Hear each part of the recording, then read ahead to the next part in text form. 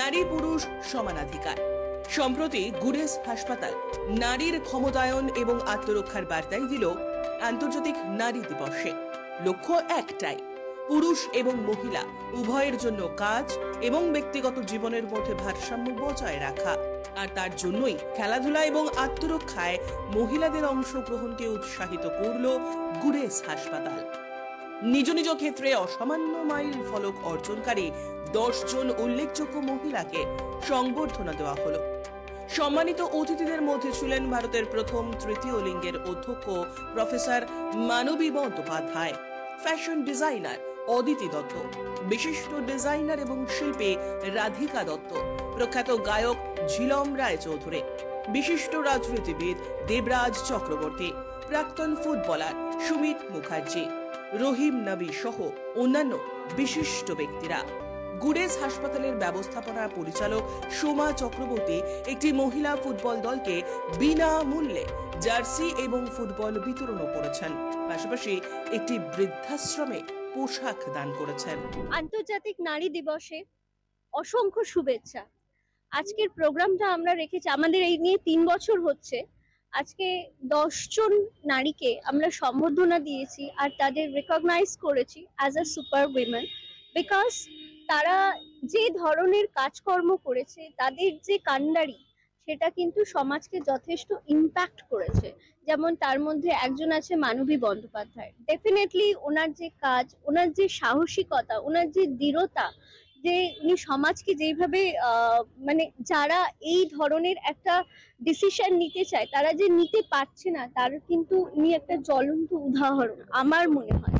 তো সেই ক্ষেত্রে এরকম যিনি যেমন মানবী বন্দ্যোপাধ্যায় রয়েছে, তার সাথে রাধিকা দত্ত রয়েছে, উনি একজন কিউরেটর, উনি বিভিন্ন অ্যান্টিক জিনিস সংগ্রহ করেন। তাছাড়া নতুন প্রজন্মের যারা ছেলেমেয়েরা রয়েছে তাদের যে আঁকা, তারা চান্স পায় না কোথায় এক্সিবিশন করবে, কোথায় তারা বিক্রি করবে। ওনার কিন্তু একটা T93 বলে স্টুডিও আছে, যেখানে এই ধরনের উনি সংগ্রহশালা করে রেখেছেন। তাকেও আমরা দিয়েছি। অদিতি দত্ত বলে একজনকে দিয়েছি, তিনি সিনিয়র ফ্যাশন ডিজাইনার। উনি যথেষ্ট রকমের এই ফ্যাশন ডিজাইনিং এ যথেষ্ট ওনার নাম। তারপরে আমাদের এখানে আছে যিনি বৃদ্ধাশ্রম চালায়। তো বিভিন্ন যারা বিভিন্ন ক্ষেত্রে নিজেরা তারা নিজেদেরকে মানে as a real heroine, I must say, তারা তাদের পরিচয় দিয়েছে।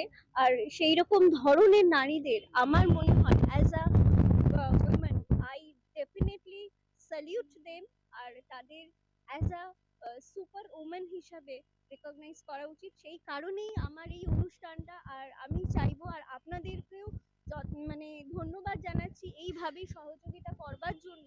আপনারা বছরের পর বছর এইভাবেই যাতে সহযোগিতা করেন। আর আমাদের যা ট্যালেন্ট রয়েছে, মানে নারী পুরুষ নির্বিশেষে সবার যা ট্যালেন্ট রয়েছে, সবাইকে পর্দার মধ্যে আনুন, মিডিয়ার মাঝখানে আনুন। কারণ আমার মনে হয় যে এন্টারটেনমেন্ট ছাড়া এইরকম ধরনের প্রতিভা খুব কম সামনে আসে। আপনারাই একমাত্র মাধ্যম এই প্রতিভাগুলোকে সামনে আনার, আর আমি চেষ্টা করছি। গুডেসের এই যে উদ্যোগ, এটা সত্যি মানে দারুণ একটা উদ্যোগ। তার কারণ আমার যেটা সব থেকে বেশি মনে হয়েছে সোমার ক্ষেত্রে, সোমাকে আমি একদম মানে ওর প্রথম চলতি জীবনের প্রথম দিকটায়ও ওকে দেখেছি আর আজকেও দেখছি, তাই জন্য একটা অন্যরকম অনুভূতি। তো অবশ্যই ওর জন্য অনেক শুভেচ্ছা রইল।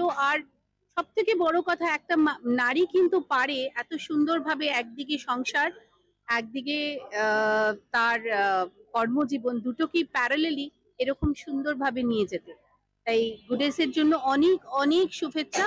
এবং শুধু যে সোমা তাই নয়, সন্দীপ যদি পেছনে না থাকতো তাহলে হয়তো সোমাও এটা করে উঠতে পারতো না। It is not always that there is an women behind a man, but it is actually এমনই একটা জায়গা যেখানে both are equally important in a life.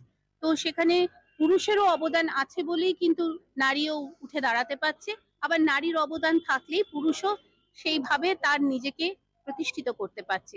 তো একে অপরের জন্য সবসময় আমরা থাকতে হবে, আছি আর থাকবো, সেটাই যদি আমরা সবাই মিলে প্রতিজ্ঞা করি তাহলে সমাজটাও সুন্দর হবে। সমাজ চক্রবর্তী আছে বলেই তিনি একজন ওমেন। তার এই সমাজসেবা শুধু নার্সিংহোম নয়, তিনি বিভিন্ন কালচারাল অ্যাক্টিভিটিসে যুক্ত। তিনি বিভিন্ন জায়গাতে তিনি স্পিচও দিতে যায়, প্রচুর মানে জায়গায় ফেলিটেশন নিজেও হয়, এবং তার যে চিন্তা একজন নারী হিসেবে, সেই জন্যই তিনি আজকে এই জায়গাতে আসতে পেরেছে, এত সুন্দর অনুষ্ঠান করতে পেরেছে। সেটা ওনার দ্বারাই সম্ভব, উনি বলেই সেটা হয়েছে। একদম সফল নারী, যাকে সফল নারী বলা যায় সমাজ চক্রবর্তীকে একদম 100% সেটা বলা যায়। Bureau report, channel 10।